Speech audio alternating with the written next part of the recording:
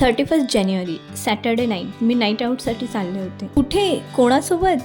आपल्या पुस्तकांसोबत. येस तुम्ही बरोबर ऐकलात, आपल्या पुस्तकांसोबत. डोंबिवलीमध्ये पै फ्रेंड लायब्ररीने रात्री 11 ते सकाळी 7 वाजेपर्यंत मिड नाईट बुक बाजार लावला होता.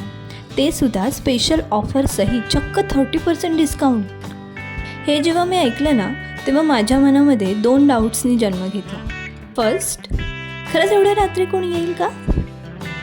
अँड सेकंड, खरंच असेल का 30% डिस्काउंट, की आपलं मोजक्याच पुस्तकांवर असणार आणि बाकी आपल्या ॲज युजल 10%. ह्या 2 शंका घेऊन मी चालले होते. पण तिथे जाऊन पाहते तर काय प्रचंड गर्दी उसळली होती आणि तिथे लावलेल्या प्रत्येक पुस्तकावर 30% डिस्काउंट होता.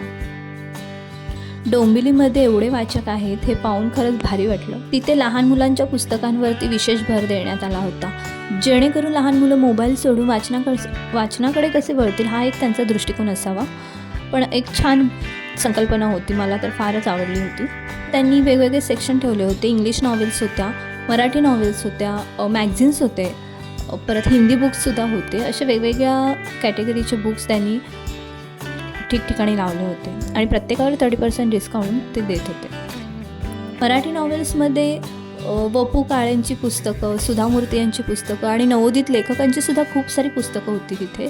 आणि वेगवेगळ्या कॅटेगरीचे त्यांनी पुस्तकं अवेलेबल करून दिले होते. कारण जी फेमस पुस्तकं असतात त्याच्यावरती कधी जास्त डिस्काउंट दिला जात नाही किंवा ते डिस्काउंटसाठी ठेवले जात नाही. परंतु यावेळी त्यांनी सगळ्या प्रकारच्या पुस्तकांना 30% डिस्काउंट दिला होता. हे एक विशेष वाटलं मला तिथे जाऊन. रात्रीच्या शांततेत पानं उलटण्याचा एक आनंद वेगळाच वाटत होता. कधी मध्यरात्री उलटून गेली काही कळालंच नाही. मोबाईल बाजूला ठेवून या पुस्तकांमध्ये हरवणं एक लक्झरी अनुभवच येत होता.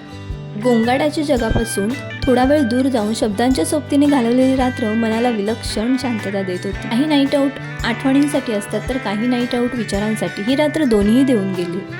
तुमच्याही आजूबाजूला अशी बुक्स इव्हेंट असतील तर एकदा नक्की भेट द्या.